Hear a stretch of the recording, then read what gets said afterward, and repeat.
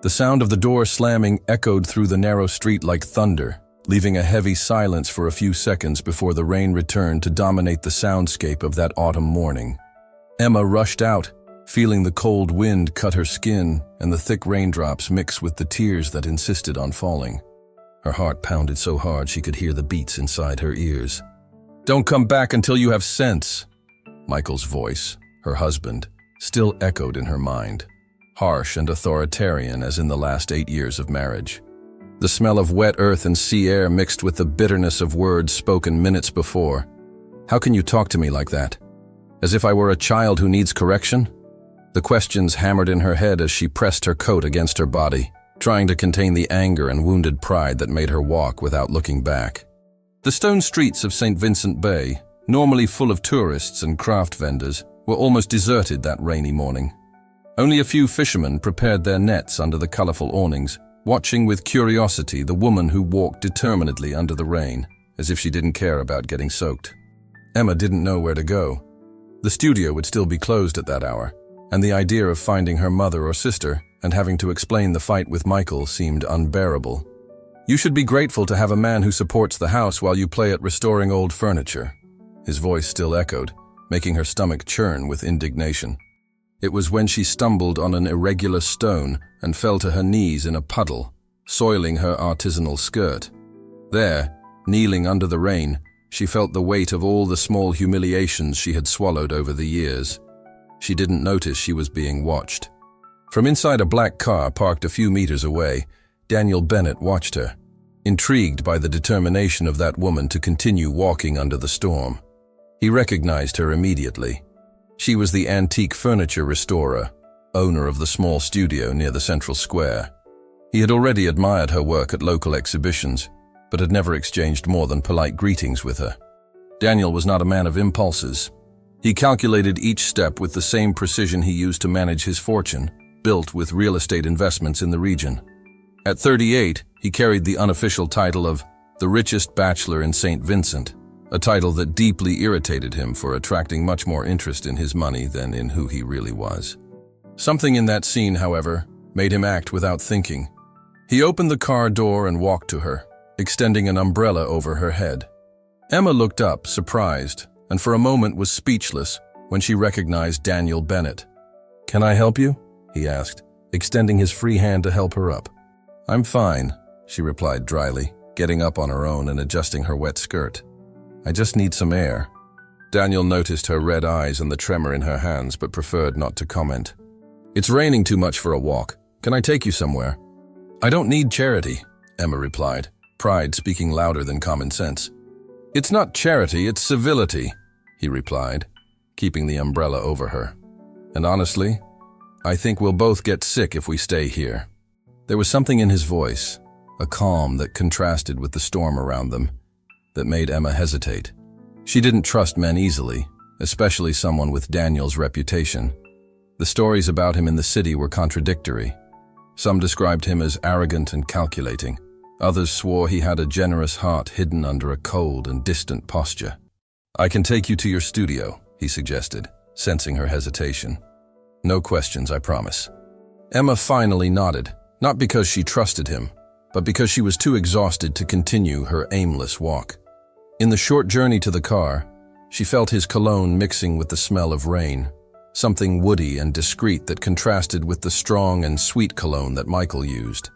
The car was luxurious but discreet inside, no ostentatious items besides the evident quality of the leather seats. Daniel turned on the heater and offered her a clean tissue. "Thank you," she murmured, drying her face. "My studio is—" "I know where it is," he interrupted gently. "I admire your work in the pieces from the annual exhibition." Emma stared at him, surprised. In the 5 years since she had opened the restoration studio, few men in the city had shown any interest in her work, generally seen as a woman's pastime. "You know my work? The 18th century table you restored for the Municipal Museum is extraordinary," he commented, maneuvering the car skillfully through the narrow streets. "The way you preserved the original marks while restoring the structure shows respect for history." Emma felt something strange in her chest. She wasn't used to hearing such specific and genuine comments about her work, especially from someone like Daniel Bennett. "Thank you," she replied simply, turning her face to the window to hide the slight blush she felt on her cheeks. When they arrived at the studio, the rain had diminished, turning into a fine drizzle. Emma got out of the car quickly, wanting to end that strange encounter. "I appreciate the kindness," she said formally, already with the studio key in her hand. Daniel watched her for a moment. There was something about that woman, a mixture of fragility and strength, that intrigued him deeply. "Emma," he called before she entered, "are you sure you're okay?" The question was simple, but loaded with genuine concern that Emma didn't expect. For a moment, she almost weakened, almost told about the fight with Michael, about how she felt suffocated in a marriage that had become a prison of appearances. "I am," she lied, forcing a smile. "I just need some time alone." Daniel nodded, respecting the space she asked for. "If you need anything—" "I won't need anything," she interrupted him, perhaps more rudely than she intended. He didn't insist. With a brief nod, he returned to the car and left, leaving Emma with a strange feeling of loss that she couldn't explain. Inside the studio, the welcoming silence and familiar smell of wood and varnish received her like old friends. There, among antique furniture that told silent stories of other eras, Emma finally allowed herself to cry. Not just for the fight with Michael, but for all the dreams she had abandoned over the years, in the name of a marriage that no longer had love, just conventions and appearances. What she didn't know was that this brief encounter with Daniel would mark the beginning of a transformation in her life, and that in less than 24 hours, he would be at her door with a gesture capable of destabilizing everything she believed about love and loyalty. The afternoon passed slowly in the studio, with Emma immersed in the restoration of an antique chest of drawers from the colonial era. Work had always been her refuge, the place where she could exercise control and express her sensibility away from critical eyes. Each restored piece was like a part of herself that came back to life, wounded but stronger after repair. The phone rang 3 times during the afternoon. 2 calls from Michael, which she ignored, and 1 from her mother, probably already informed by her son-in-law about her daughter's crisis. Emma unplugged the device, preferring silence and the rhythmic sound of sandpaper on wood. When the sky began to darken, she realized she would have to go home. The idea of facing Michael, hearing his superficial apologies followed by hints about her unstable behavior, made her stomach turn. She decided to spend the night right there, on the small sofa she kept for clients. It wouldn't be the first time she slept in the studio after a fight. She was preparing tea in the small pantry when she heard soft knocks on the door. Her heart accelerated, fearing it was Michael. She approached cautiously and peeked through the window crack. Daniel Bennett was standing outside, holding something in his hands. His dark, well-cut hair was slightly damp from the drizzle that was still falling, and he seemed strangely nervous for someone with his reputation for self-confidence. Emma hesitated. Opening that door meant something she wasn't ready to name, but curiosity spoke louder. She unlocked the door and opened it partially. "Mr. Bennett?" "Daniel, please," he corrected gently. "Sorry to show up without warning. Did something happen?" He extended what he was holding, a small bouquet of wildflowers, the type that grew only on the hills near the city. They weren't common flowers from a florist. They were flowers traditionally used in the Festival of Colors, an old custom of St. Vincent, offered as a gesture of reconciliation or new beginning. "I saw what happened this morning," he said in a low voice. "I didn't hear the argument, but I saw when you left the house, and how he spoke to you through the window." Emma felt her face burn with shame. The idea that Daniel had witnessed that humiliating scene made her wounded pride throb again. "I don't need pity," she said, starting to close the door. "It's not pity," he replied quickly, preventing the closing with a firm hand. "It's solidarity." There was something in the way he said that word, something in the way his dark brown eyes looked at her without judgment, that made Emma hesitate. "Why?" The question hung between them, loaded with meanings that went beyond that moment. "Because I also know what it's like to be judged by what you appear to be, and not by what you really are." The answer caught Emma by surprise. Daniel took advantage of the moment to extend the flowers again. "Actually, I came because I thought you might need these flowers more than I do." It was then that Emma realized the flowers were for him, maybe a purchase for his own house or for someone important. And yet, he was offering them to her. I can't accept them. You can, he insisted gently. Consider it a welcome gesture to the Club of the Misunderstood of St. Vincent. A small, involuntary smile appeared on Emma's lips. There was unexpected humor in this man that the city described as cold and distant. And does this club have many members? She allowed herself to ask, finally accepting the bouquet. Fewer than it seems, more than one imagines, he replied enigmatically. Good night, Emma. Before she could respond, he had already turned and was walking under the drizzle toward the car. Emma stood there, at the studio door, with the bouquet of wildflowers in her hands, and a strange sensation that something important had just happened. She closed the door and took the flowers to her nose, breathing deeply. The wild fragrance, earthy and delicate at the same time, brought childhood memories of when she ran freely through the city hills before others' expectations began to dictate the course of her life. She put the flowers in a small ceramic vase she had restored months before and positioned it on the work table. There, among tools and pieces of wood, the flowers seemed curiously at home, imperfect, resilient, and unexpectedly beautiful. That night, she slept on the studio's small sofa, with the scent of wildflowers lulling her dreams. And for the first time in a long time, these weren't haunted by regrets or fears about the future, but filled with growing curiosity about that man who seemed to see beyond appearances. What Emma didn't know was that in the solitary mansion on the outskirts of the city, Daniel was also spending the night awake, questioning the impulse that had led him to her door. At 38, after a failed marriage and years building emotional defenses as solid as the walls of his property, something in that woman's wounded determination had touched a part of him he thought was asleep. The city slept under the fine rain, unaware that something had changed that day. As if destiny, tired of local routine's predictability, had decided to shuffle the game, uniting two lonely people who, each in their own way, had learned to distrust love.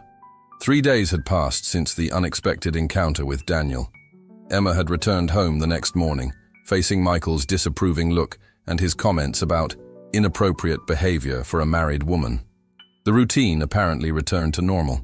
Silent breakfast, Michael leaving for work at the local bank, Emma going to the studio and returning at dusk, dinners punctuated by superficial conversations about weather or city gossip. But something had changed inside her. Like a small crack in a vase that seems intact, the dissatisfaction Emma kept contained began to spread, making it impossible to ignore the emptiness of her marriage. On Wednesday, while working on the restoration of a bookshelf for the municipal library, she heard the studio doorbell. She looked up, expecting to see some client, and felt her heart accelerate when she recognized Daniel. He wore simple clothes, dark pants and a blue shirt with rolled-up sleeves, revealing strong forearms. Nothing that betrayed his financial condition, except perhaps the discreet quality of the fabric and the wristwatch that shone subtly. "Good morning," he greeted, seeming almost shy, a characteristic that contrasted with his public image. "I hope I'm not interrupting."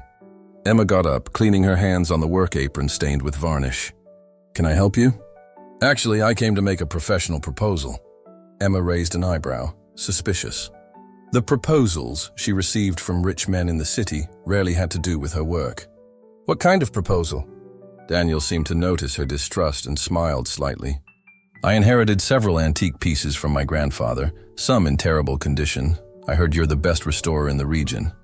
"There are better-known restorers in Charleston," she replied, trying to keep the conversation strictly professional. "But none with your attention to detail," he replied, approaching the chest of drawers she was working on. With knowing gestures, he pointed to an almost imperceptible detail, like this original hinge you kept, while others would have simply replaced it with a new one. Emma felt warmth in her face. Few noticed these small details that, for her, made all the difference. "How do you know so much about restoration?" "My grandfather collected antiques. I grew up hearing about the importance of preserving history in small things. An unexpected connection formed between them at that moment. A silent understanding about the value of what is old, imperfect, but authentic." "What kind of pieces need restoration?" "Several. A 19th century writing desk with marquetry details, 2 leather chairs with structural problems, a canopy bed." He paused. "Actually, it would be better if you could go to the house and evaluate personally." Emma felt an internal alarm go off. Going to the Bennett mansion meant crossing an invisible line. Until now, her encounters with Daniel had been casual, public, or in the neutral territory of the studio. Visiting his house was different. "I can send my assistant to do the initial evaluation," she suggested, trying to maintain professional distance. "Of course, if you prefer," he agreed easily, although Emma could swear she saw a shadow of disappointment cross his gaze. "But I thought you might like to see the library. It has hand-carved oak shelves dating from 1880. Emma couldn't hide her interest. Hand-carved oak from the 19th century was rarely found in good condition in America. "Portuguese oak?" "English," he replied, a small smile forming as he noticed he had awakened her professional curiosity. "Brought by my great-grandfather when he moved to America." The silence that followed was filled by Emma's internal battle. The professional in her was genuinely interested in those pieces. The married woman from a small town knew that visiting Daniel Bennett's house alone would feed gossip for weeks. "I can go on Monday," she finally decided, "with my assistant." Daniel nodded, respecting her decision. "Monday then, at 10? "At 10, she confirmed. He turned to leave but stopped at the door, as if he had forgotten something. "The flowers," he said, turning back to her. "Did they last well?" Emma felt her face warm again. The bouquet had lasted 5 days, much longer than normal for wildflowers. She had changed the water daily, in an almost ritualistic care. "Yes, they lasted," she replied simply. "Good," he smiled, a discreet smile that lit up his eyes in a way Emma hadn't noticed before. Until Monday. When the door closed behind him, Emma released the air she hadn't realized she was holding. There was something dangerously attractive about the way Daniel seemed genuinely interested in her work, in her knowledge, in her skills, not just in her appearance or the role she played as a wife. The rest of the week passed in a slow torture of expectation. Emma found herself thinking about the English oak shelves, the pieces that needed restoration, the historical details she could discover, and inevitably about Daniel. About the way his rolled-up sleeves revealed strong forearms, about the deep voice that softened when he spoke about things he admired, about the attentive gaze that seemed to really see her. On Sunday night, while Michael watched football with the volume too loud, she found herself carefully choosing clothes for the next day. She opted for something practical and professional: beige linen pants, white cotton shirt, and an artisanal fabric vest she had bought at the last Traditions Fair. Nothing provocative, nothing that could be interpreted as seduction attempt. "Going out tomorrow?" Michael asked distractedly, his eyes still fixed on the television. "I have an evaluation job," she replied vaguely, avoiding mentioning Daniel's name. He murmured, uninterested, before shouting at a gameplay. Emma felt a pang of resentment. 8 years ago, when they married, Michael asked about her work, showed interest in her achievements. When had that changed? When had they become two strangers sharing a house and a cold bed? That night, lying beside her husband who slept deeply, Emma contemplated the dark ceiling, torn between regret for past choices and inexplicable expectation for the next day. Part of her knew she was walking towards something dangerous, something that could shake the structures of her carefully constructed life. Another part, the one that had been asleep for years, secretly yearned for this storm. On the other side of town, in the solitary mansion overlooking the sea, Daniel was also spending the night awake. It had been a long time since he felt that restlessness, that mixture of anxiety and hope that now kept him awake. At 38, after a failed marriage that left him not only financially poorer but emotionally cautious, he had gotten used to solitude, transforming it into an ally instead of enemy. But something about Emma, perhaps the way she fought to preserve beauty and history in things others would consider worthless, perhaps the spark of passion in her eyes when she spoke about her work, had touched a part of him he thought was well protected. Monday would arrive in a few hours, and with it, a professional visit that both secretly knew was the beginning of something much more complex than simple restoration of antique furniture. Monday dawned with a surprisingly clear sky after days of rain.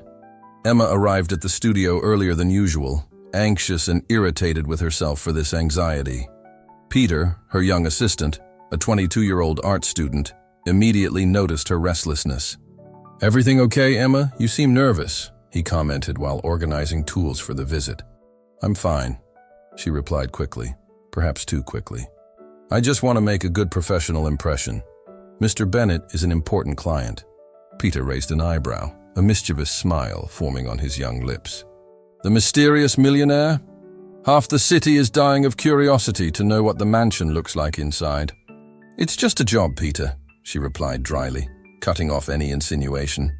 "And he's not mysterious, just reserved." "If you say so," the young man replied, still smiling. "But Mrs. Carmela from the bakery swears he never invited anyone from the city into the house, except the doctor when he got sick last year." Emma ignored the comment, but felt a strange satisfaction knowing she was one of the few people invited to enter the Bennett mansion. She immediately censured herself for this feeling. It was just a job, she repeated to herself, just a client like any other. At 10 o'clock sharp, Daniel's car parked in front of the studio. Emma felt her heart accelerate in a way that hadn't happened in years. She took a deep breath, composed a professional expression, and opened the door before he even knocked. "Good morning," Daniel greeted her with a discreet smile. He wore casual clothes again, dark jeans and a gray, long-sleeved shirt. He looked younger this way, less the stern businessman the city described, and more the man who had offered her flowers in the rain. "Good morning, Mr. Bennett. This is Peter, my assistant." Emma introduced him formally, maintaining a strictly professional tone. "Daniel, please," he corrected, extending his hand to greet the young man. "Shall we go? I have the car here, but if you prefer to go in your vehicle..." "Yours is fine," she replied, taking her tool bag. The journey to the Bennett mansion took about 20 minutes. The property was located away from the center, in an elevated area overlooking the sea. The conversation in the car flowed surprisingly easily, mainly about the city's history and local traditions both appreciated. Peter, sitting in the back seat, watched the interaction with curiosity. There was evident tension in the air, a subtle electricity that contradicted the casual tone of the conversation. When the imposing gate of the property opened, Emma couldn't avoid an expression of admiration. The mansion was less ostentatious than the stories suggested, an elegant early 20th century construction with Portuguese and American influences harmoniously combined. The gardens, however, were truly impressive, extensive, well-maintained, with centennial trees offering generous shade. "It's beautiful," she commented, momentarily forgetting her reserve. "Thank you," Daniel replied, with a tone that suggested the compliment meant more coming from her. "It was built by my grandfather in 1920. I tried to preserve as much of the original structure as possible." Upon entering the house, Emma was immediately enveloped by an atmosphere that combined elegance and comfort. There wasn't the ostentation she expected from a rich man's house, but rather a decoration that revealed appreciation for history and authenticity. Paintings by local artists shared space with old black and white photographs. Furniture from different eras coexisted harmoniously, creating an environment that seemed to tell a story. "Do you live here alone?" Peter asked directly, receiving a disapproving look from Emma for the indiscretion. Daniel didn't seem bothered. "Yes.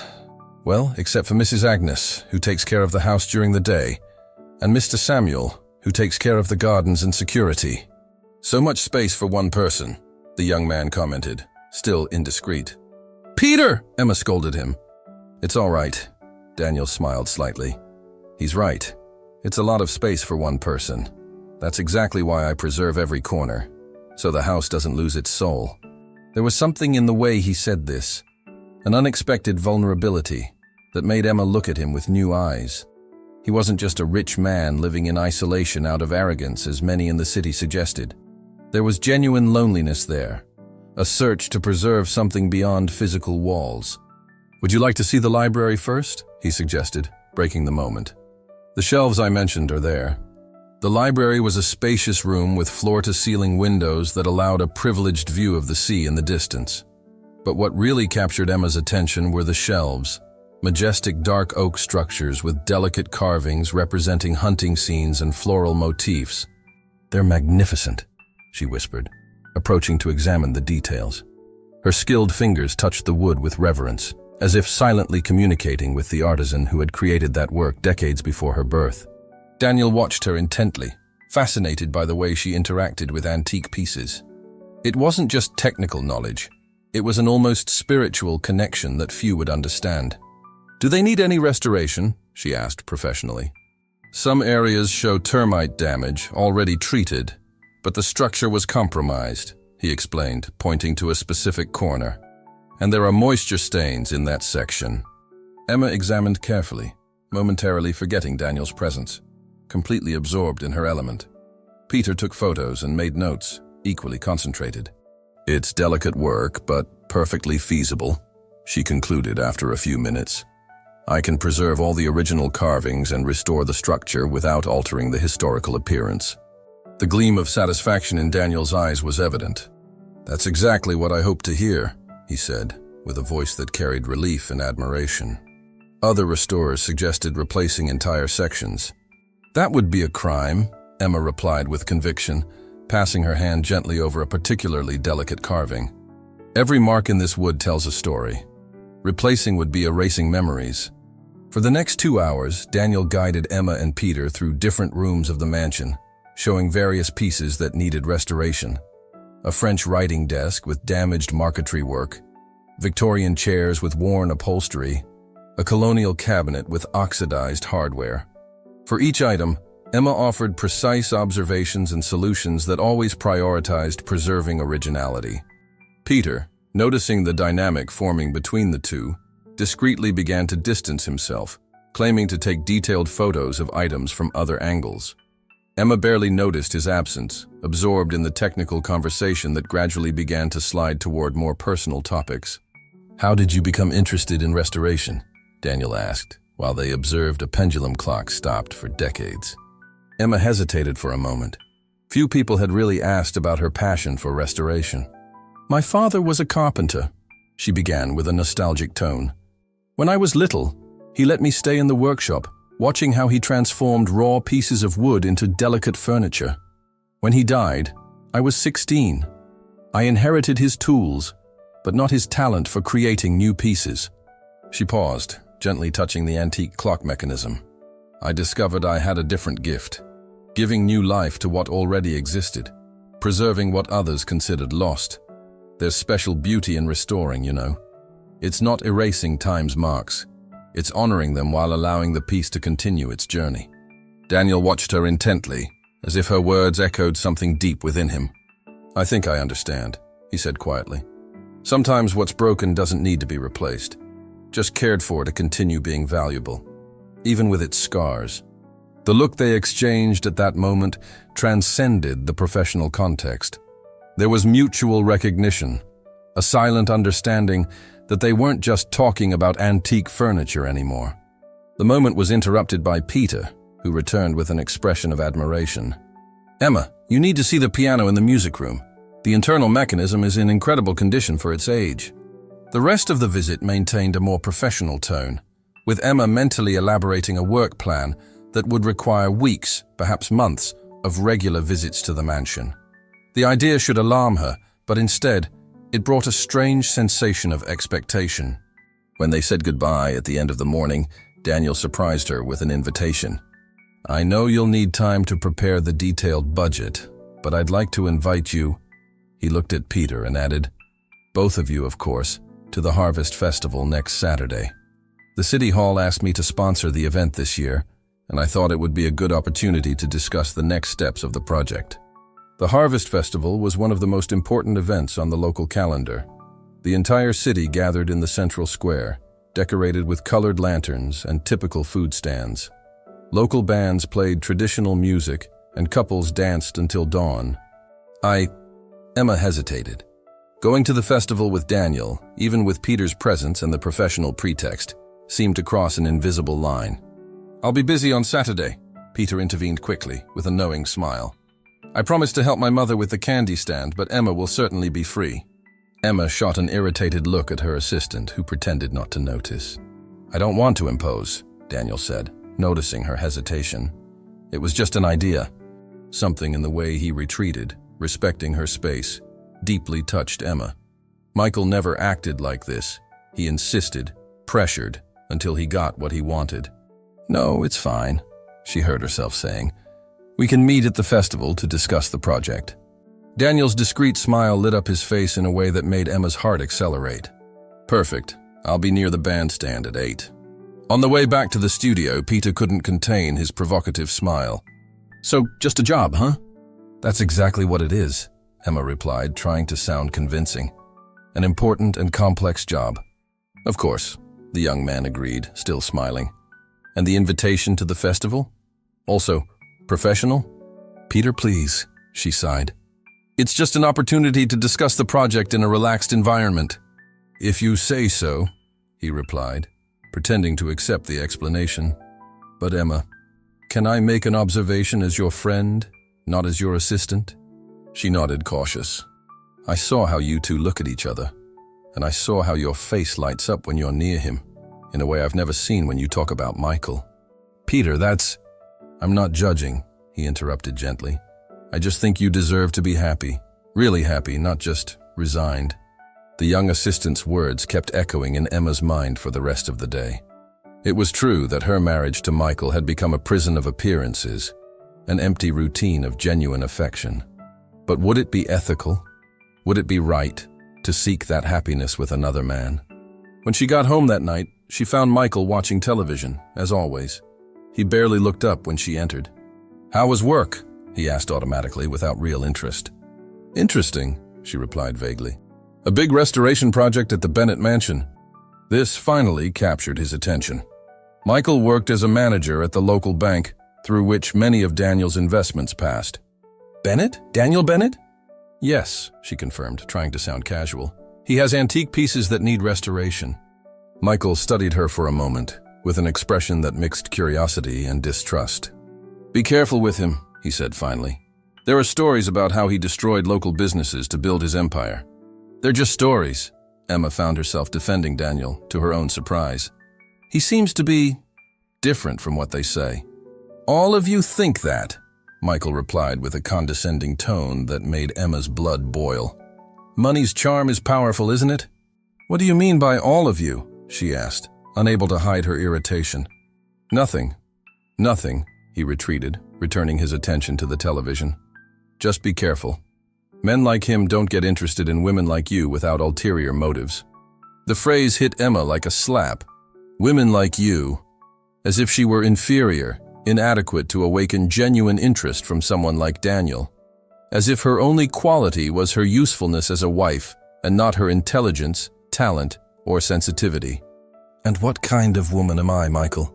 She asked, her voice trembling with anger contained for years. He seemed confused by the question. You know, normal. A small-town woman with her charming studio, nothing extraordinary. The words hurt more than any direct insult could. Was that how he saw her after 8 years of marriage? As someone normal, with nothing extraordinary? I need to rest, she said simply, unable to continue that conversation without exploding. I had a full day. While preparing for bed, Emma looked at herself in the bathroom mirror longer than usual. At 34, her face still maintained the beauty that had attracted Michael when they met. But there was something more now. A maturity, a depth that didn't exist in the 26-year-old who dreamed of a happy marriage and children who never came. Nothing extraordinary, he had said. But in Daniel's eyes, she had seen something different, admiration, respect, and something more she didn't dare name. Saturday of the Harvest Festival arrived faster than Emma expected or feared. She spent the day at the studio, finalizing the detailed budget for the Bennett Mansion project, trying to convince herself that her meeting with Daniel was strictly professional. When she returned home to get ready, she found Michael already ready, wearing the same shirt he had worn to all local festivals for at least 3 years. Shall we go together? He asked, checking his watch. I want to arrive early to talk to the mayor about that lot. Emma hesitated. She had planned to meet Daniel at 8 and still hadn't decided how to explain this to her husband. Actually, I need to finish something at the studio first, she lied, feeling a pang of guilt. I'll meet you there later. Michael shrugged, accustomed to her independence. As you wish. Don't be too late. The mayor always asks about you. When he left, Emma sat on the bed, feeling the weight of her choices. She was about to meet another man at a public event, knowing there was something more than professional interest involved. It wasn't physical betrayal.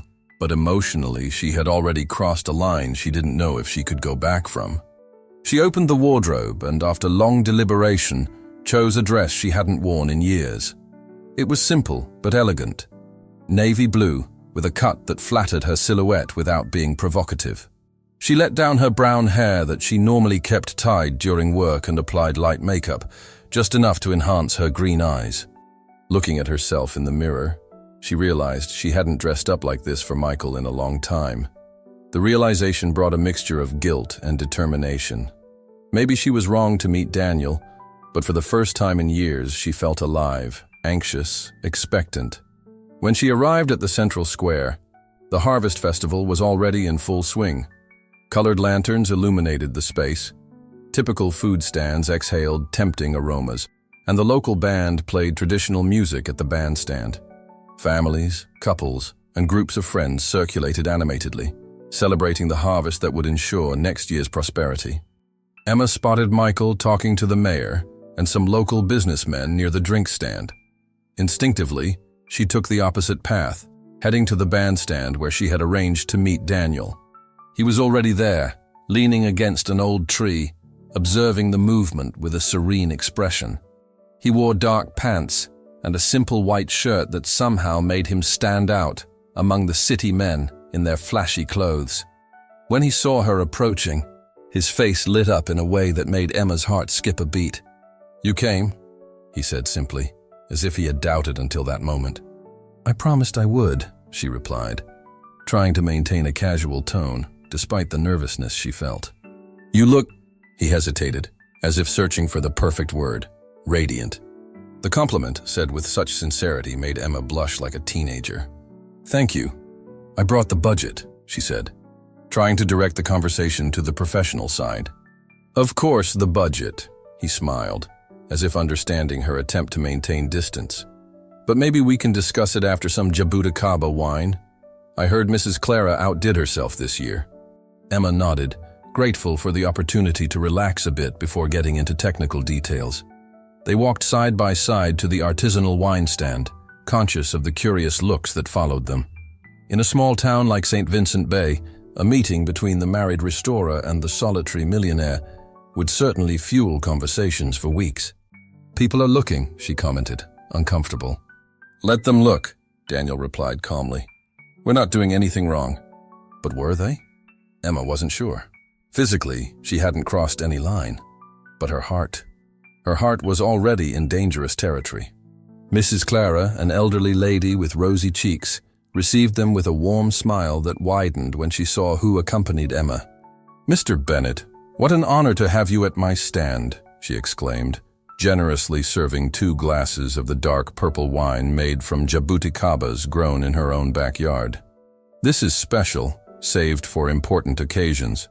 "You're very kind, Mrs. Clara," Daniel replied with genuine politeness that surprised Emma.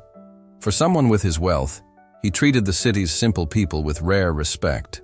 They moved away with their glasses, finding a wooden bench partially hidden by flowering bushes, where they could talk with some privacy.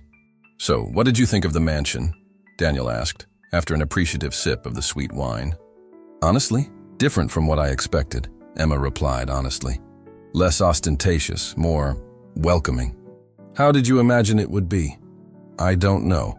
Cold, maybe. Impersonal, like the mansions that appear in magazines." Daniel laughed quietly. "A house empty of soul, you mean?" "Something like that," she admitted. "The stories about you in the city aren't particularly warm." A glimmer of sadness passed through his eyes. "I know what they say, that I'm arrogant, calculating, that I destroyed local businesses to build my fortune. And is it true?" Emma dared to ask, surprising herself with her boldness. Daniel stared at her for a long moment, as if deciding how much of himself to reveal. "Some parts," he finally admitted. "I was ruthless in business when I was young. I thought success meant accumulating, winning, surpassing others. My marriage failed partly because of this. I was obsessed with work, with success." He paused, drinking another sip of wine. "When my ex-wife left, taking half my fortune and leaving an emptiness that no money could fill, I realized how wrong I was."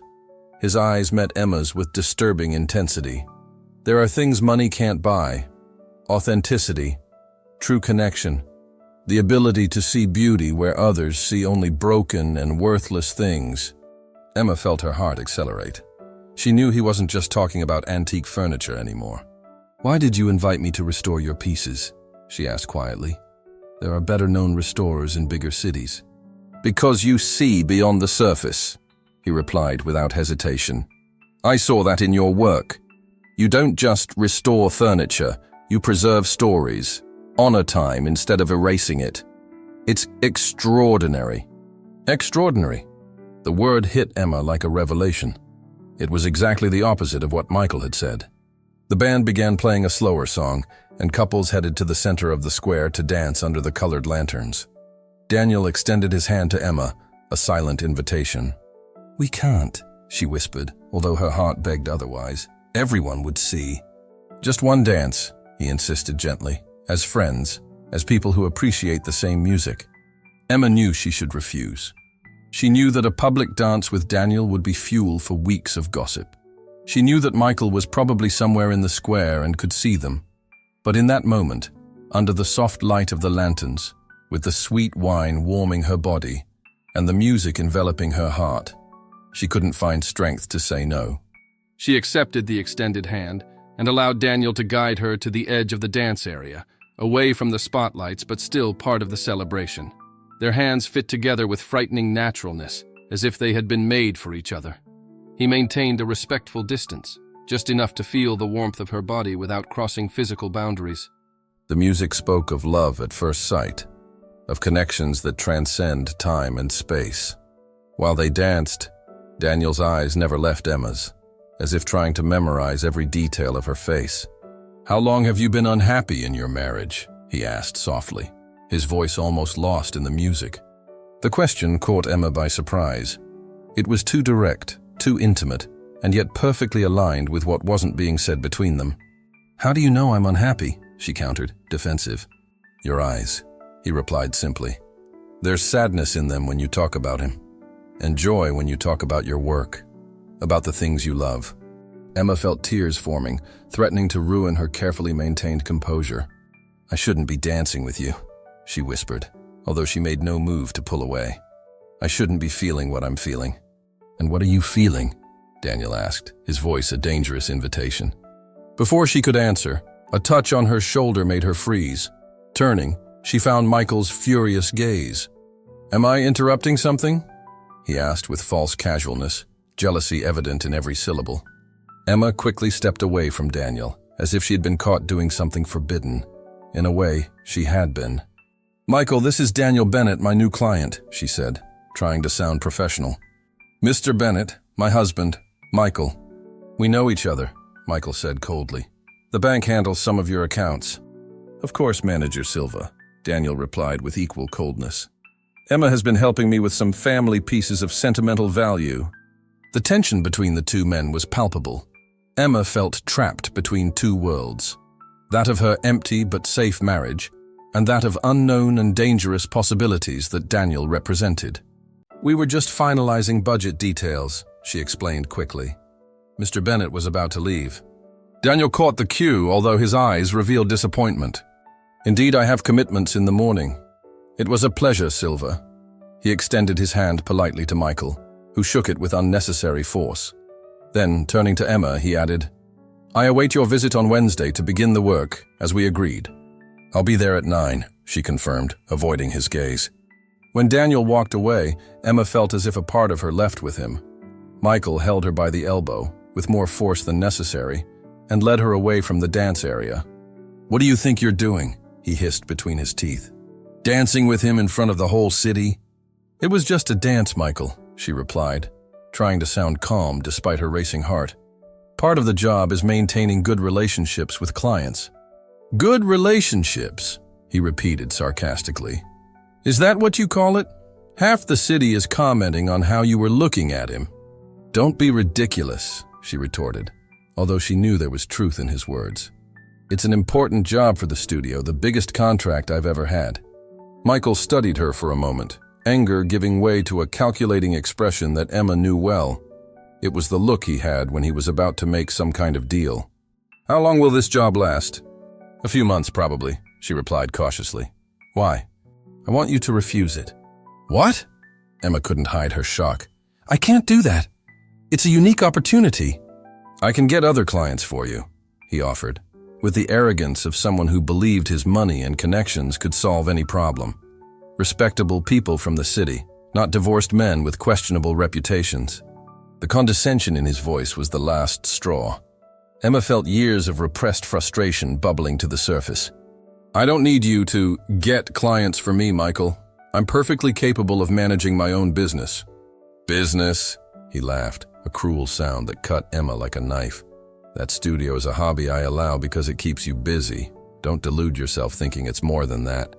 The words hit Emma with the force of a slap. Was that what he really thought? That her work, her passion, her talent were just a pastime he allowed? I'm going home, she said, her voice trembling with contained emotion. I'm not feeling well. Emma, wait! Michael tried to hold her, realizing too late that he had gone too far. That's not what I meant. It was exactly what you meant, she replied, pulling away. And for the first time in years, I'm hearing clearly what you think. Leaving a stunned Michael behind, Emma crossed the square hurriedly, ignoring greetings and curious looks. She needed to be alone, needed to think. Her life, which seemed so ordered and predictable just a week ago, was now in complete emotional chaos. Passing by the flower stand, her eyes were drawn to a small bouquet of the same wildflowers that Daniel had given her days before. Without thinking, she bought them and headed to the only place where she felt truly at peace. Her studio. What Emma didn't know was that from the other side of the square, Daniel watched her hurried exit with a mixture of concern and hope. Something had changed that night, something fundamental and irreversible.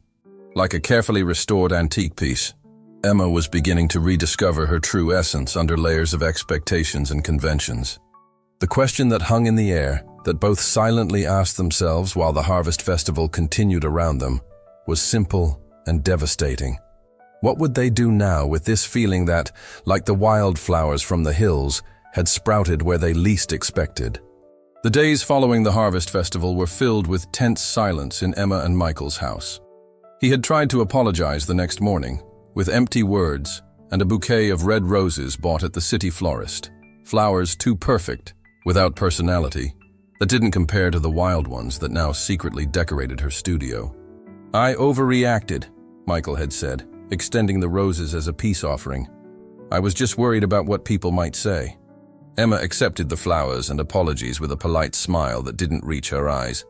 The abyss between them, which had existed for years but both pretended not to see, was now gaping, impossible to ignore.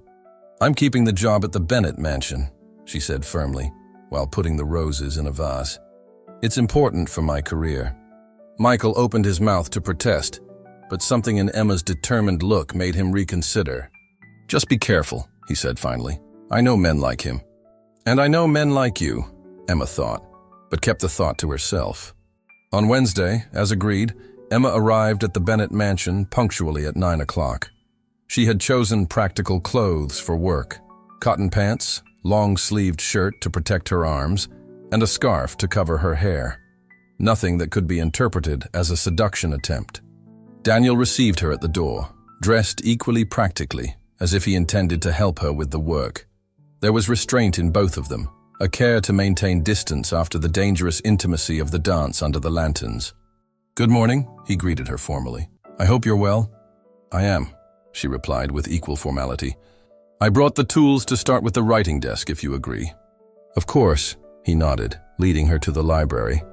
I prepared the space according to your instructions. Indeed, the area around the antique writing desk had been carefully organized, with auxiliary tables for tools and good lighting.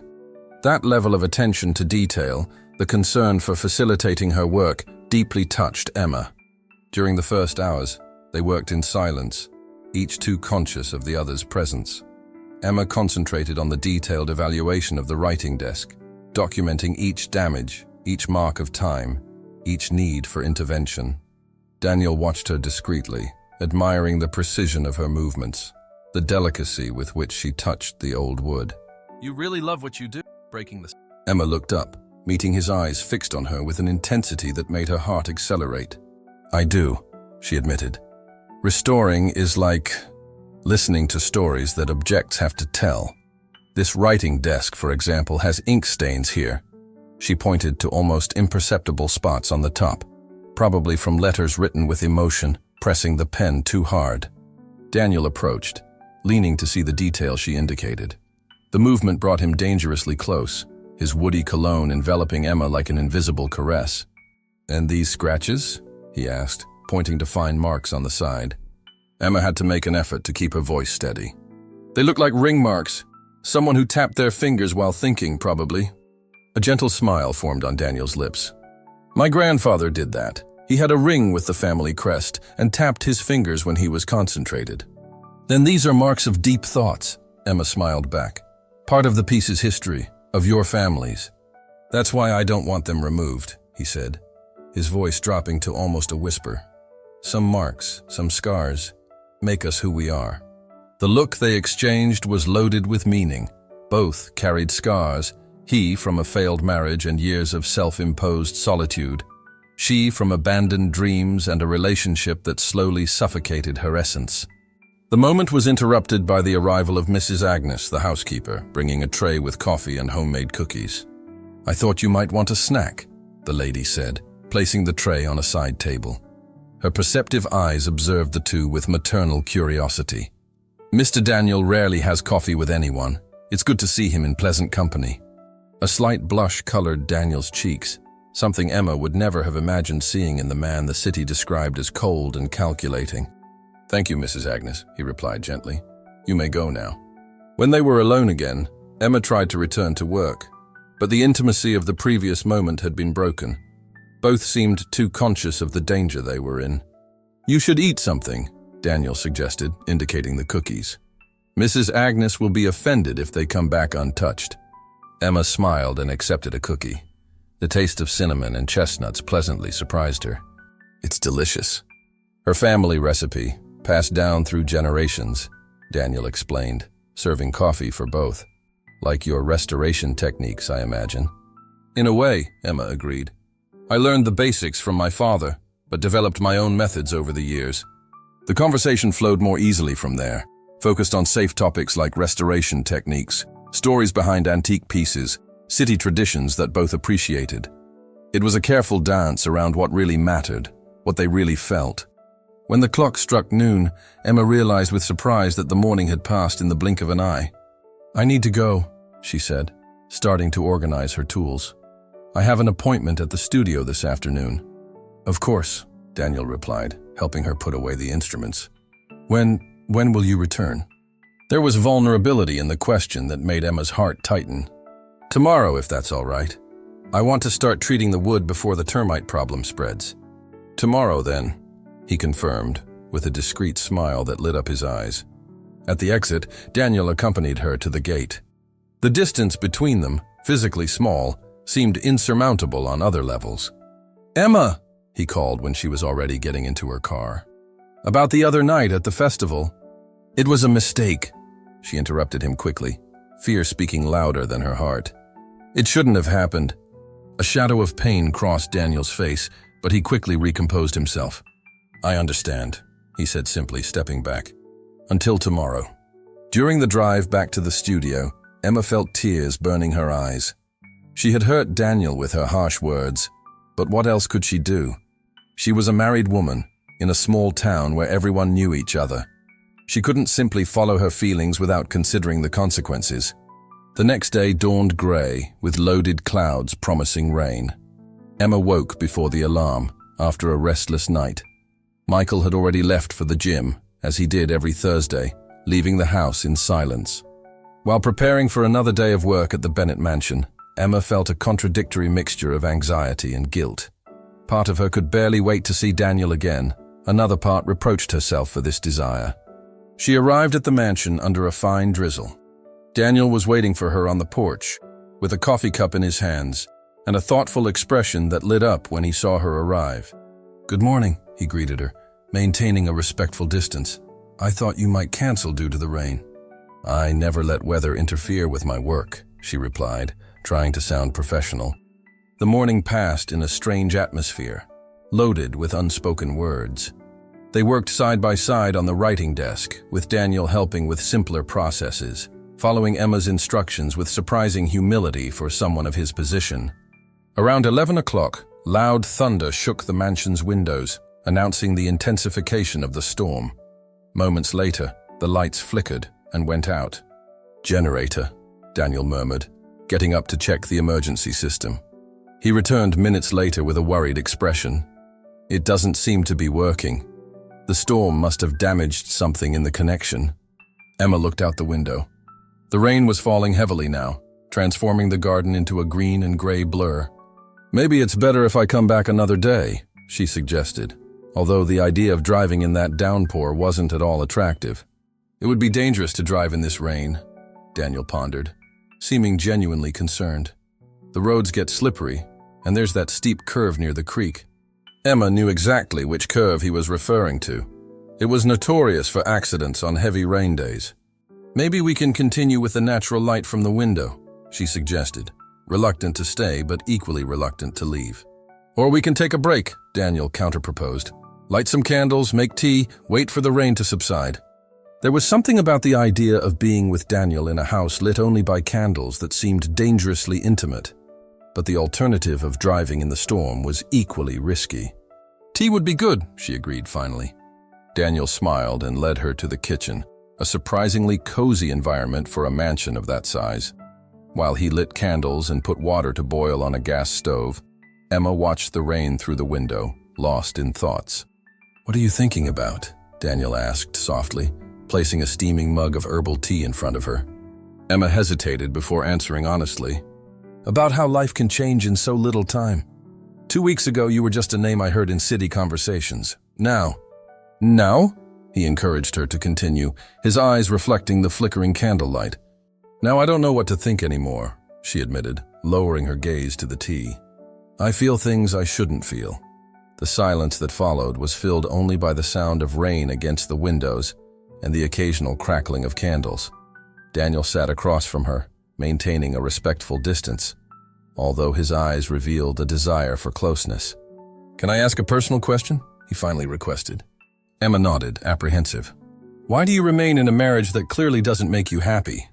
The question, though expected, hit Emma like a punch. It was the first time someone had verbalized what she herself avoided admitting. "It's not that simple," she replied, her voice trembling. "There are expectations. My family, his family, the whole city. And besides, I once loved Michael. Part of me still hopes that man will return, that we can recover what we lost." "And if that never happens?" Daniel asked gently. "How much longer are you willing to wait?" Emma felt tears forming in her eyes. "I don't know. I never allowed myself to really think about alternatives." "Until now," Daniel completed the unspoken thought, his intense gaze meeting hers. "Until now," she confirmed in a whisper. The moment was interrupted by the sound of the kitchen door opening. Mrs. Agnes entered, shaking a soaked umbrella. "Good Lord, what a storm!" the lady exclaimed, before noticing the candlelit scene. Her perceptive eyes observed Emma and Daniel's flushed faces.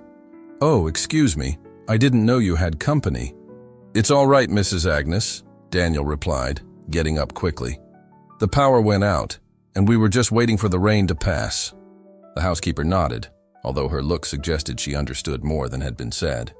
"The main road is flooded," she informed, hanging up her wet coat. "They say it won't improve until nightfall." Emma felt a chill in her stomach. Spending the entire day at the mansion wasn't in her plans. The longer she stayed there, the harder it would be to resist the feelings growing in her chest. "Maybe I can try the alternative route through the hill," she suggested, although she knew that route would also be dangerous with heavy rain. "Don't even think about it," Mrs. Agnes intervened with maternal authority. "That road is dangerous on normal days, let alone in a downpour like this. Isn't that right, Mr. Daniel?" "Mrs. Agnes is right," he agreed, seeming torn between genuine concern and the desire not to impose his presence. "But I understand if you need to go. I can lend you my car with four-wheel drive if you prefer." The care in his words, the way he respected her autonomy even when clearly worried about her safety, contrasted sharply with Michael's controlling behavior. This realization hit Emma like lightning. "I think I'll wait for the rain to subside a bit," she finally decided. The following hours passed in strange domestic intimacy. With Mrs. Agnes's help, they improvised a candlelit lunch. The housekeeper, with the wisdom of years, discreetly created situations to leave them alone, always returning at the exact moment when the silence between them became too heavy with possibilities. The rain continued mercilessly, transforming the day into constant twilight that blurred time's boundaries. At some point in the afternoon, Emma called the studio, telling Peter she wouldn't return due to the storm. She considered calling Michael, but something stopped her. A small act of rebellion, perhaps, or simply the certainty that he would barely notice her absence until dinner. With the storm's persistence and darkness arriving earlier due to the loaded clouds, it became clear that Emma would have to spend the night at the mansion. The idea hung between them, unverbalized but inevitable, until Mrs. Agnes, practical as always, brought it to light. "I'll prepare the guest room," she announced simply, when the clock struck 6 in the evening, and the rain showed no signs of truce. "Unless you prefer to risk your life on those roads, my dear." Emma felt her face burn, conscious of the implications. Spending the night under the same roof as Daniel meant crossing a line, even if nothing physical happened between them. "I really should go back," she said hesitantly, more to herself than to the others. "To what?" Daniel asked gently. "To drive in the dark, under heavy rain, on dangerous roads? Or to arrive home and have to explain where you've been all day, even though you've done nothing wrong?" The precision with which he described her dilemma left her speechless. It was exactly that. The fear not just of the road's physical danger, but of the interrogation that would certainly come from Michael, the veiled accusations, the distrust. "I'll arrange the room," Mrs. Agnes decided, interpreting her silence as agreement. "And I'll leave a clean nightgown and some toiletries. I always keep a stock for emergencies." When the housekeeper left, Daniel and Emma were alone again in the candle-lit kitchen, the sound of rain creating a bubble of intimacy around them. "I can sleep somewhere else if you prefer," Daniel offered, sensing her discomfort. "The house has many rooms." "It's not that," Emma replied, nervously running her hand through her hair. "It's that. This will feed gossip in the city for months. The restorer spent the night at the Bennett mansion during the storm. I can already imagine the looks, the whispers." Daniel approached, stopping at a safe distance, respecting her space. "Emma, look at me," he asked softly. She raised her eyes, meeting his, intense even in the flickering candlelight. "Does what other people think matter more than your safety, than your peace of mind, than your happiness?" The question hung between them like a challenge, not just about that specific night, but about the entire life Emma had built, based on others' expectations. "It shouldn't matter," she finally replied, "but it always has." "Why?" he asked, not with judgment, but with genuine curiosity. Emma reflected for a moment before answering. "When my father died, I was 16. My mother and sister depended on me. Being the good girl, the one everyone could trust, became my identity. And then I met Michael, the good catch, and everyone said he was perfect for me."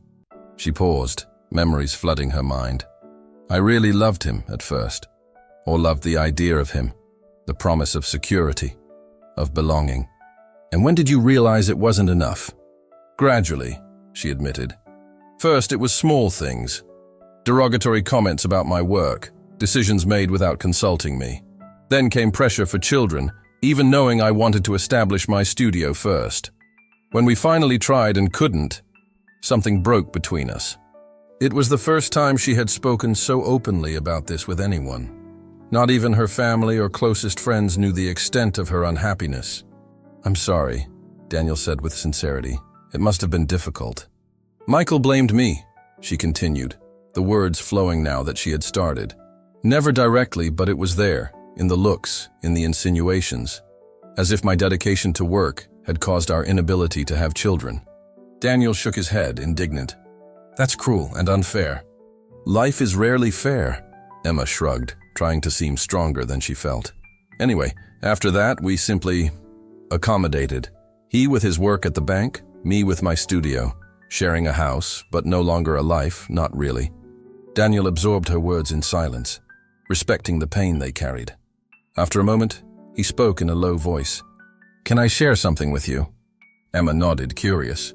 When my marriage ended, I felt like an absolute failure, he began. Vanessa, my ex-wife, said I had traded our relationship for work, for the obsession of proving my worth through money. And she was right. The vulnerability in his confession surprised Emma.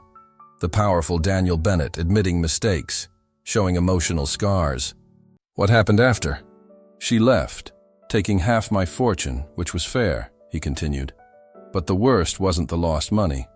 It was realizing I had built an entire life around things that, in the end, didn't really matter. And then you came to St. Vincent? Emma asked, beginning to understand why he had chosen a reclusive life in a small town. Yes. I bought this house because it reminded me of my grandparents' house, where I spent the happiest summers of my childhood. A nostalgic smile lit up his face. I wanted to start over in a place where I could rediscover what really matters. Simplicity, authenticity, real connections. And did you find them? Emma asked, her voice almost a whisper. The look Daniel gave her was full of meaning. I was starting to doubt until a few weeks ago, when I saw a woman walking determinedly in the rain, refusing to be defeated. Emma felt her heart accelerate. That candle-lit conversation, the shared secrets, the way he looked at her. Everything was leading to a dangerous and irresistible place. Daniel, He raised a hand, gently interrupting her. You don't need to say anything.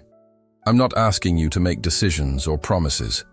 I just wanted you to know that I understand you, that I see you, really see you, beyond appearances, beyond the role you play for others. The simplicity and honesty of those words deeply affected Emma. When was the last time someone really saw her?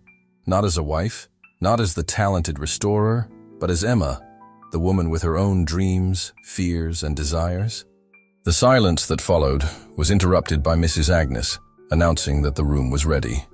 It's the third on the right in the upper hallway, the housekeeper informed. I left clean towels and a change of clothes. Now, if you'll excuse me, I'm going to my house before the paths become completely impassable. Are you sure you can get there safely? Daniel asked, worried. I've lived in the house next to the property for 30 years, boy, she replied with an affectionate smile. I could get there with my eyes closed, even in a downpour. Don't worry about me. After Mrs. Agnes's departure, a new tension filled the environment. They were really alone now, in a dark house lit only by candles, with the storm isolating them from the outside world. You should rest, Daniel suggested, maintaining a safe distance. It's been a long day. Emma nodded, grateful that he didn't try to prolong the moment, although part of her wished exactly that. Good night then, she said, getting up. Good night, Emma, he replied softly. And don't worry, nothing will happen tonight that you don't want. The guarantee, said with such sincerity, provoked contradictory feelings in her. Relief, knowing he would respect her limits. And strange disappointment, because a secret part of her wanted something to happen, something that could justify breaking a marriage that was already broken in everything except name. Emma climbed the stairs with a heart heavy with unrealized possibilities. The guest room was elegant and comfortable, with a large window that, on normal days, probably offered a spectacular view of the distant sea. That night, however, it showed only darkness punctuated by relentless rain. After a hot bath in the adjacent bathroom, she put on the simple nightgown Mrs. Agnes had left. White, cotton, modest, but surprisingly comfortable. She lay down on the soft bed and blew out the candle, plunging the room into darkness. Sleep, however, refused to come.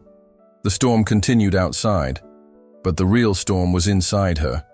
Thoughts, feelings, possibilities she had never allowed herself to consider until then. She lost track of time while contemplating the dark ceiling, listening to the sounds of rain against the window and occasional thunder that shook the house.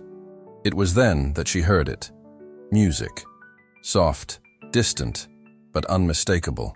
Someone was playing piano downstairs. Without thinking much, Emma got up and followed the sound. She descended the stairs silently, guided only by the weak light of some candles still lit in the hallway and by the melancholic melody that seemed to call to her. She found Daniel in the music room, illuminated only by 2 tall candles, playing an antique grand piano. His fingers glided over the keys with surprising skill, extracting a melody that spoke of loss, hope, and unrealized possibilities. Emma remained at the door, hesitant to interrupt that intimate moment. Daniel had his eyes closed, completely absorbed in the music, his face revealing a vulnerability he rarely allowed the world to see. It was when she stepped on a floorboard that creaked softly. Daniel opened his eyes, finding her standing at the entrance. His hands stopped over the keys, leaving an incomplete cord hanging in the air. "Sorry," she whispered. "I didn't want to interrupt." "You didn't interrupt," he replied, his voice equally low. "Actually, I was thinking about you." The confession, simple and direct, made Emma's heart race. Dressed only in the nightgown, with her hair loose framing her face, she felt strangely exposed and free at the same time.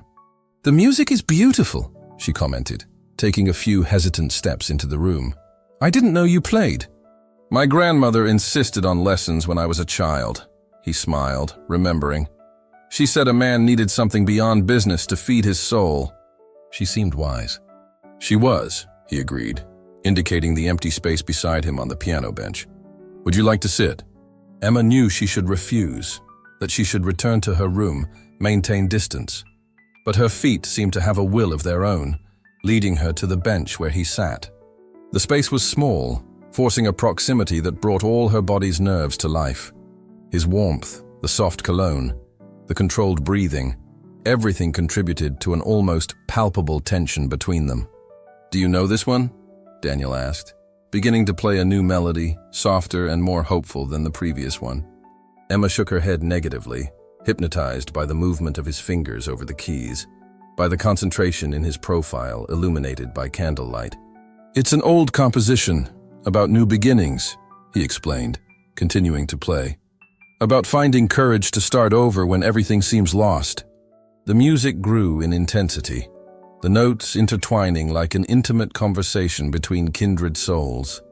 Emma felt tears forming in her eyes, touched not just by the melody's beauty, but by the meaning it carried in that specific moment of her life. When Daniel finally ended the music, the silence that followed seemed to vibrate with possibilities. They turned at the same time, gazes meeting, so close they could feel each other's breathing. "Emma," he whispered, her name a caress on his lips. "We shouldn't," she replied, but made no movement to pull away. "I know," Daniel agreed, although his eyes said otherwise. It was Emma who decided in the end. With a deliberate movement, she leaned forward, eliminating the distance between them.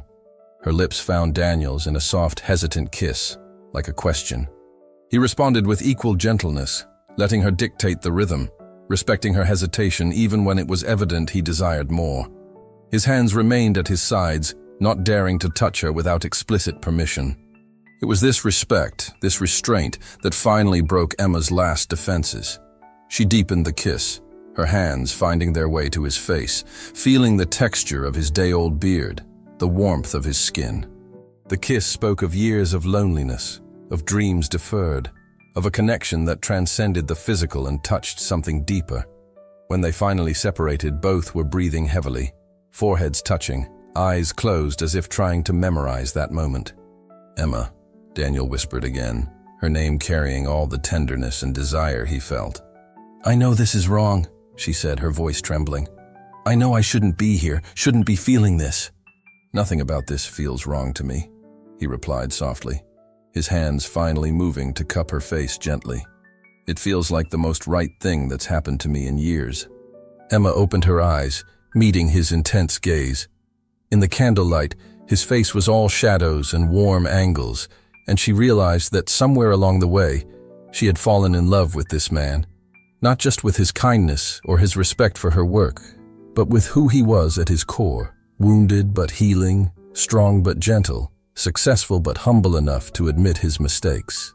"What happens now?" she asked, the question carrying the weight of all the complications that would follow. "Now," Daniel said, brushing a strand of hair from her face, "we have this moment, and maybe that's enough for tonight." But it wasn't enough, and both knew it. The attraction between them had been building for weeks, and now, isolated from the world by the storm, with defenses down and hearts open, it was impossible to ignore. Emma made the choice consciously this time.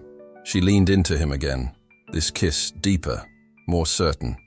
Daniel responded with careful passion, his arms finally encircling her, pulling her closer, while still giving her every opportunity to stop, to change her mind. She didn't want to stop. For the first time in years, she felt truly alive, truly desired, truly seen. When Daniel's lips moved to her neck, pressing soft kisses along her jawline, she let out a soft sigh that spoke of surrender and awakening. "Are you sure?" he asked against her skin, his voice rough with desire but still controlled. Instead of answering with words, Emma stood and extended her hand to him. Daniel looked at her for a long moment, understanding the magnitude of what she was offering, what they were both choosing despite all the complications it would bring. He took her hand and rose, allowing her to lead him from the music room. They climbed the stairs in silence, the house around them dark except for the few candles that still flickered, casting dancing shadows on the walls. At the door to the guest room, Emma paused, suddenly uncertain. The reality of what they were about to do hit her. She was about to cross a line that couldn't be uncrossed, to betray vows that had long since been betrayed in spirit, if not in action. Daniel sensed her hesitation and stopped, releasing her hand. "We can stop here," he said gently. "Nothing has to happen that you're not completely sure about." Emma turned to face him, seeing in his eyes the same mixture of desire and uncertainty she felt. This man, who could have anyone, who could take what he wanted without question, was giving her every opportunity to walk away. The gesture touched her more deeply than any passionate declaration could have. "I'm sure," she said quietly, and realized she meant it. Whatever consequences would come, whatever pain lay ahead, she needed this. She needed to remember what it felt like to be truly wanted, truly cherished. "I'm sure about this, about you." Daniel stepped closer, close enough that she could feel the warmth radiating from his body. "And I'm sure about you," he replied, his hand coming up to trace her cheek. "I've been sure since the day I saw you walking in the rain, refusing to be broken." This time when he kissed her, there was no hesitation from either of them. They moved into the guest room together, the door closing softly behind them, shutting out the world and all its complications. Outside, the storm continued to rage. But inside the candlelit room, Emma discovered what it meant to be truly loved, not for who others expected her to be, but for who she really was. In Daniel's arms, with his whispered words of admiration and desire, she felt pieces of herself that had been dormant for years, finally awakening. They made love slowly, tenderly, with a reverence that spoke of understanding how precious and fragile this moment was. Every touch was deliberate, every kiss a promise, every caress a healing of old wounds.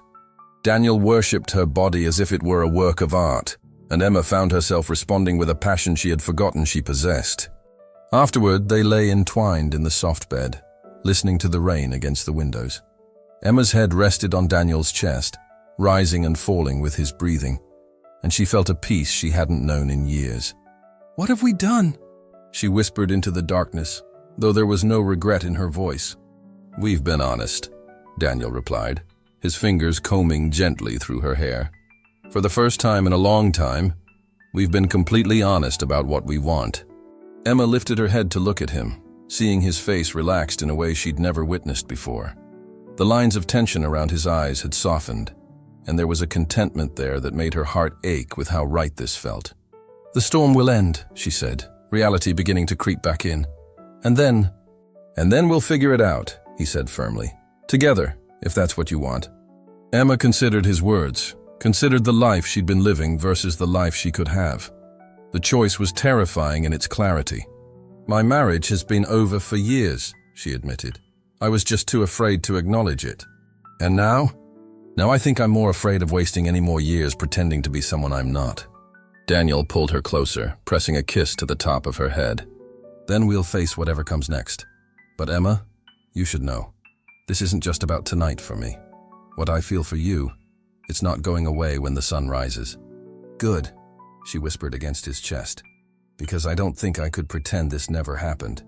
They talked quietly until dawn, sharing dreams and fears, making tentative plans for a future that seemed both impossible and inevitable. When the first grey light of morning filtered through the windows, the storm had finally passed, leaving the world outside clean and new. Emma knew that leaving this room would mean returning to complications, difficult conversations, and painful decisions. But for the first time in years, she also knew she had the strength to face them. In Daniel's arms, she had rediscovered not just passion, but herself. The restoration work they had begun on his antique furniture was nothing compared to the restoration of her own heart. Like the beautiful pieces in his mansion, she had been wounded by time and neglect. But she wasn't broken beyond repair. And now, with careful attention and genuine love, she was beginning to remember her true worth. As they prepared to face the day ahead, Emma carried with her the memory of wildflowers offered in a storm, of gentle hands that saw beauty in damaged things, and of a love that had bloomed unexpectedly in the most fertile ground of all. Two hearts ready to begin again. The storm had ended, but for Emma and Daniel, the real journey was just beginning. They had found each other in the tempest, and now they would discover if what they had built in the darkness could survive in the light of day.